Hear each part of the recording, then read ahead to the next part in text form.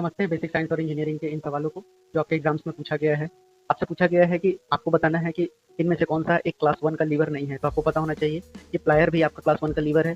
और class 1 liver क्या होता है, एक बार फिर से आपको रिवाइज करा दूं। इसमें फुलक्रम जो होता है वो लोड और एफर्ट के बीच में होता है। तो आपका इसका एग्जाम्पल कौन कौन सा हो जाएगा, सीजॉर हो जाएगा, सीसा हो जाएगा, प्लायर हो जाएगा। लेकिन नट क्रैकर किसका एग्जाम्पल है? इस सवाल का सही उत्तर हो जाएगा ऑप्शन नंबर डी, क्योंकि नट क्रैकर जो है आपका सेकंड क्लास लीवर है। ठीक है, आगे बढ़ते हैं अगले सवाल पे। आपसे पूछता है कि एक बियरिंग या other device needed to hold the beam in dash lever. देखिए, आप अगर क्लास 3 लीवर को देखेंगे तो आपके पास फुलक्रम जो होता है ये एंड में होता है, यानी कि एफर्ट जो होता है लोड और फुलक्रम के बीच में होता है। आप देखेंगे तो ये बियरिंग अगर हम देखते हैं तो बियरिंग पॉइंट कहाँ लगेगा, जहाँ पर एंड होगा इसका। तो इस हिसाब से आपका इस सवाल का आंसर क्या हो जाएगा, क्लास 3 लीवर हो जाएगा।